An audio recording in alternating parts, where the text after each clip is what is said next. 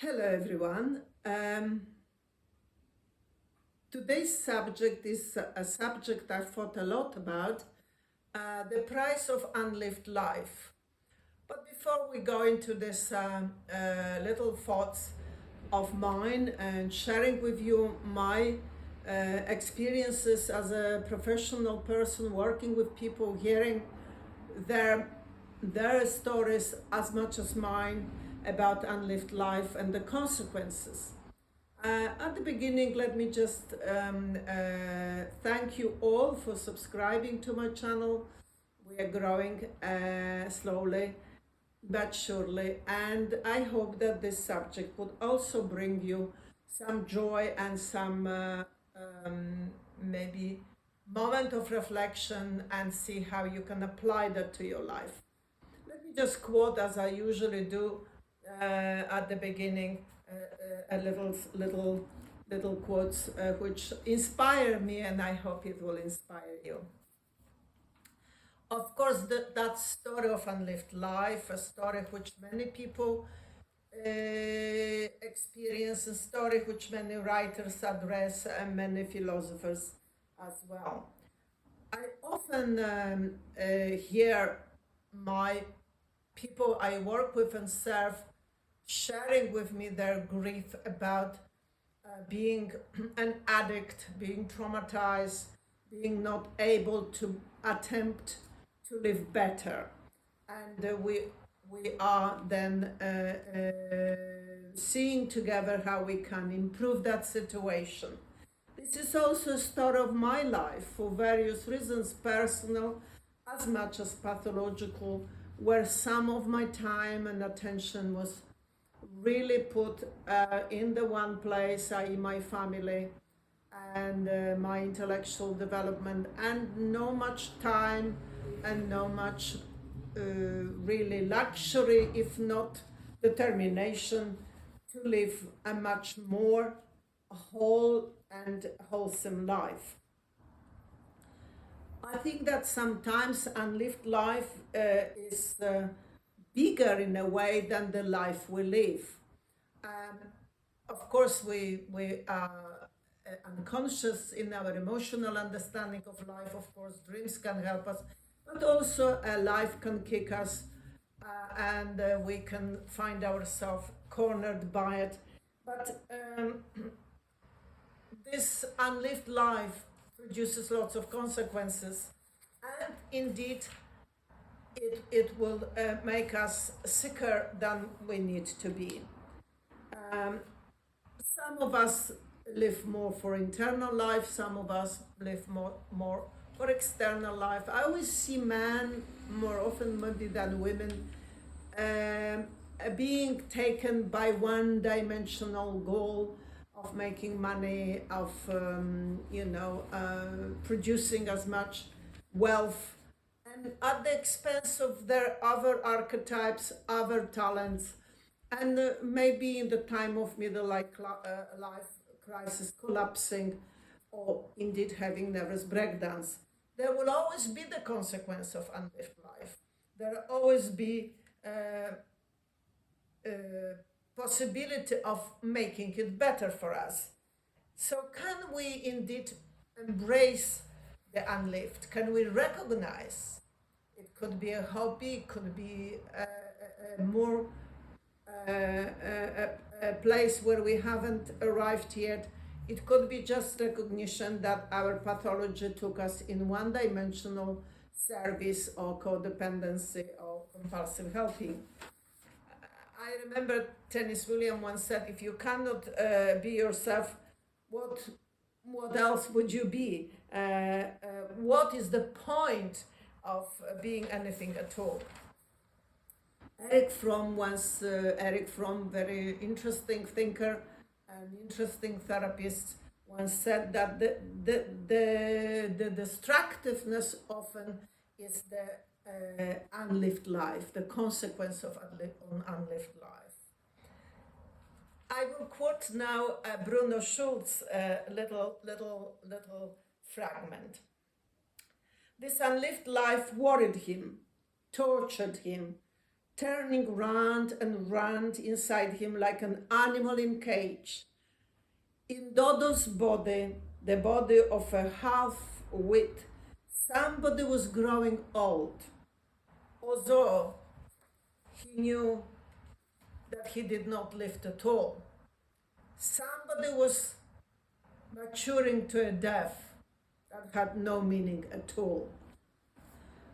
Fascinating, wonderful moment of understanding what it means to be unconscious and what it means not to live life fully or wholly. And who of us really have that luxury? Healthy people, absolutely. Well, brought up people, absolutely. But most of us would have those elements and grief about our unlived life. So when we look at that, the life we live and the life we unlive, there always is involved the resistance. Stephen Pressfield talked a lot about it, American writer. Don't have any illusion resistance is an enemy. Resistance, it's normally unconscious. We're not even aware that we are resisting. What, as he said, is more dangerous for us than resistance. He was very clear in that message to us all. In that resistance, behind that resistance may be shame, may be fear, absolute terror of not being able to live in now, living in the past, worried about the future, living one-dimensional life, isolating, running away, all sorts of stories which people bring me, and my own story convinced me what a almighty powerful consequences we can face. If we are not frightened, we will be, of course, better off. But often we are terrified of our own existence, terrified of our own shadow, never facing actually the possibility that maybe, just maybe, we have more power than we gave ourselves to live better. Carl Jung also stressed hugely that most of our problems come, and suffering as such, from our unlived life. Eric Fromm, Dostoevsky, and many others were. That is the unseen, the unfelt part of our psyche. That would make us guilty, probably. That would make us feel stupid in a way. That is, if we realize that that's what the unlived life will do to us. Most of us so busy surviving that we don't even have time to ponder and stop and reflect. Who are we really? And where are we heading? What's going on? Particularly in the young part of our life. Maybe in the middle life, as Jung would put it, is the time to find the meaning in life. But meaning in life and finding meaning in life is different to live unlived life. In a sense, when we are troubled, when we are damaged, when we are suffering, we want to forget ourselves or fix ourselves. And where do we go? We go to addiction. We go to acting out. We go into personas. We go into pretending because we don't like ourselves or we don't know how to really fix ourselves. So that would be the direction we will be heading. So the question would be really to ask ourselves how we can bring ourselves from being dead, because that's how I see it. I often share that with my sister, whom this video I wish to dedicate, the sister who passed away as she battled with that unlived life. And we talk a lot for the last 5 years of her life, how much of consequences that is in my family, my life, my country, and life and people in general. Um, it's what I always say, we have to gather our scattered parts of our traumatized self, call them like Isis called the scattered bits of Osiris. We need to really love ourselves and be interested in ourselves and be in a way differently corresponding to our suffering. We need to be willing to see that maybe surviving in a one-dimensional way is not really good. Being a chameleon and being anything, sorry for this noise, like what people want us to be. Carl Jung once said in some of, I think in his red book, a wonderful book about his inner life, I want to live from my own fire, from my own center, not like reflecting light, but the light which sun gives. I want to have my own light, and I want to walk in my own light. And that is really basically what I think that what lived life well means. As long as you're unconscious of yourself, as Jung, and I repeat that after Jung and after many thinkers, wonderful people who inspired me, we are not really, unless we become conscious of ourselves, we cannot live life which is a large or holy, or life which we live from our essence. There will be so much unlived that these unlived parts will start bothering us through our diseases, through our grievances, through our depressions, through our addiction. In a way, many times we have to go through rebirth in our life. We have to go through lots of suffering, but reflecting suffering. Jung was talking about suffering, which I hope I find in my notes, and will give it to you at the end of this talk. Because living our truth and really attempting to live as much of ourselves as possible in our life gives us a sense of wholeness and gives us a sense of belonging to life, really. When we just survive, we are troubled by the bits and pieces of our life unlived. And I think, I repeat that after Rumi and many poets, that lived life is like a prayer to God. God gave us life. We are wonderful, as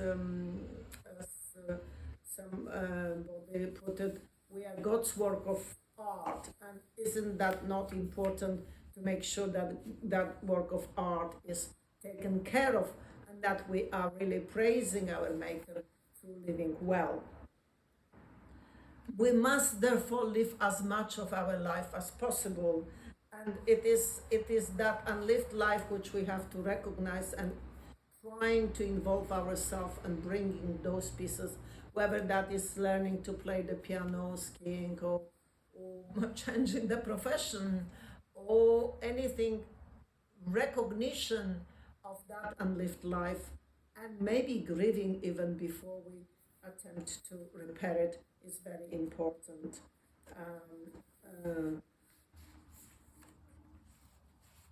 Somebody once said, I think in the book, and I quote, "I never leave you for someone else. I will only leave you for myself, for my peace, my sanity, my respect, my dignity, and my survival." But so many of us did live ourselves. And I'm a good example of that. And in my recovery, which lasts many years and still recovering and growing in my age, I had to come to terms of how much of my life was unlived and grieved at because my patterns took me over. Because when I lived intellectually life and trying to understand life rather than experience, that was quite one-dimensional. So once somebody explored the word genius, and it takes a genius to live one's own life well. And genius in Latin, it means the inner spirit. So if we're in touch with that, which is wholly invisible, which in a way watches us, sometimes comes in dream, in the inner voice, etc., guiding us to our calling. And if we're in touch with that genius or that spirit, that's where we will write or paint or teach or make videos or whatever from that essence. Yeah, we will be much more integrated.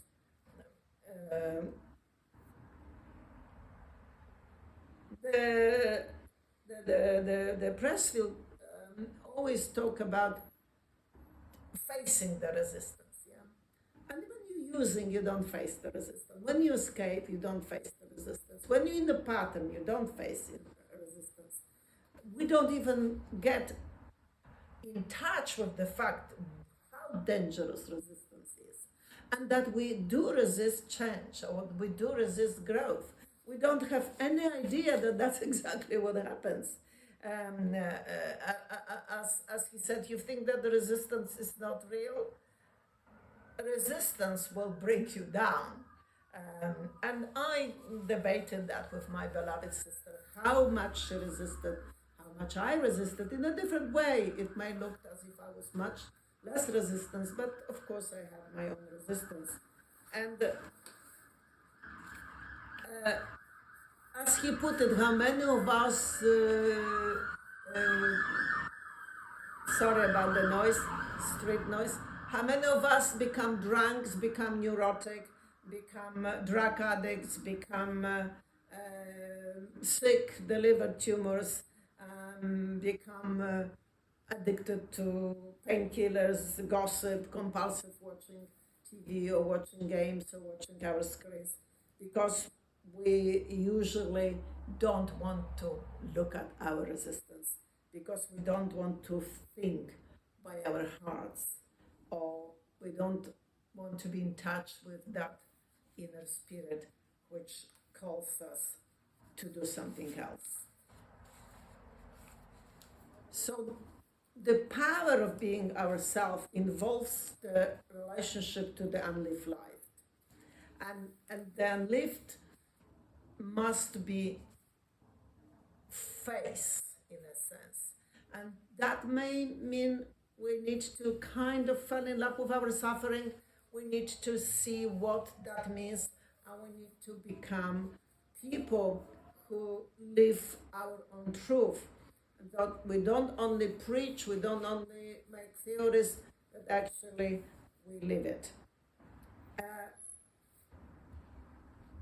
Living unlived life means that we will have to be trusting our heart, and we have to maybe trust our guts more than our head.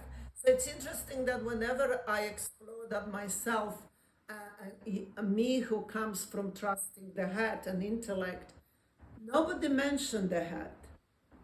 People who really live well or integrate well always mention the heart, and always mention intuition, and always mention the gut. So really, it was in my journey where I finally had to accept that, intuitive as I was not actually willing to leave my head that easily. I wanted to think life for myself. Jung always said, and I've recognized that now, and I really, really work on integrating as much of myself and bringing as much of myself to life as possible, that to really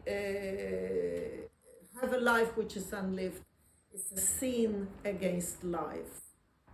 It's a sin against God, in a sense, who gave us life.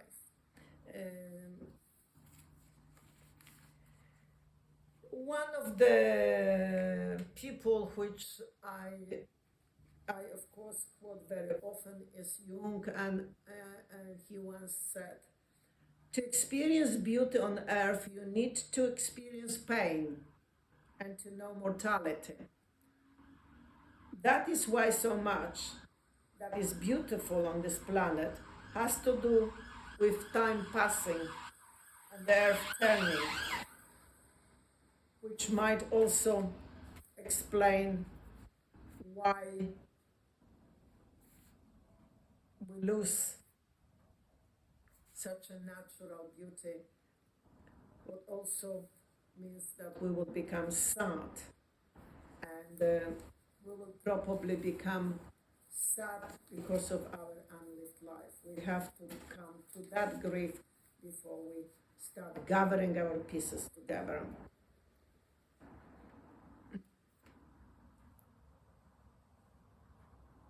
I always say that at the moment I am enough of a woman to recognize and to my unlived life and to reconcile and to make sure that I am as whole every day as possible. Irving Yalom, magnificent therapist and thinker, once said, "Eternal reconnectedness means that every time you choose an action, you must be willing to choose it for all eternity. And it's the same for every action not made, every stillborn thoughts, every choice avoided, and all unlived life will remain bulging inside you, unlived through eternity. And the unheard voice of your consciousness will cry out to you forever."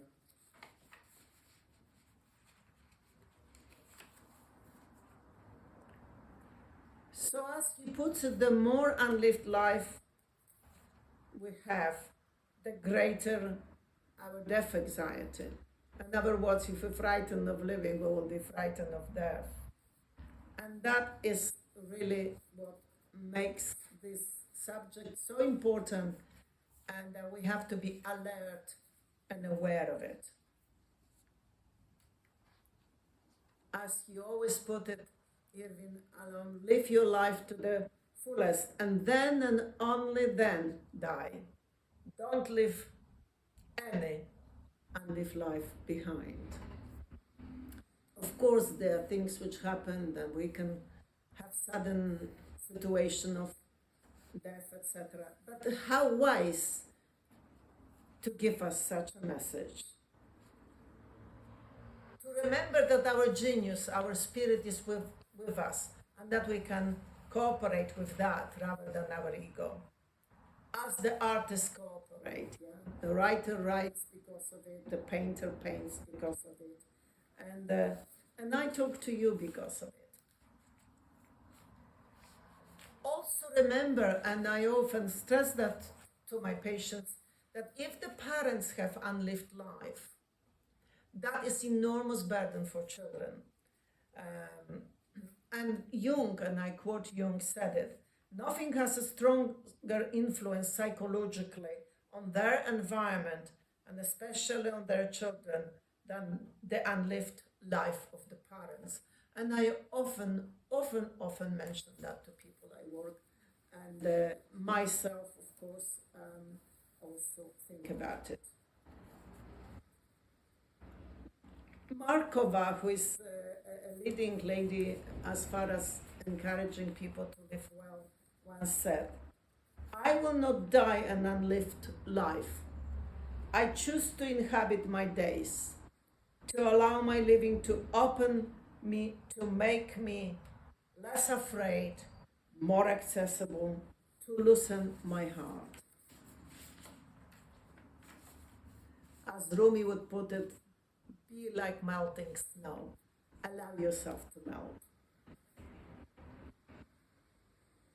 And as he put it once, do not be frightened of death. Be frightened of your unlived life.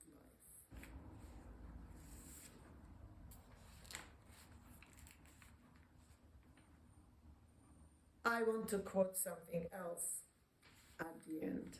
Bill sees that the brave don't live forever, but the continuous and cautious and don't live at all. The only thing that's truly terrifying is the unlived life. And live life means suffering. Live life means taking your cross on board. And that's what I call a Christ consciousness. Jung, in his red book and in his exploration of his life, was very much about Christ consciousness and crucifixion, our crucifixion, life crucifixion, what it is all about. I quote him at the end before we say serenity prayer. Truly the way through the crucifix, that is, means what the crucifix is all about, is living through Christ consciousness.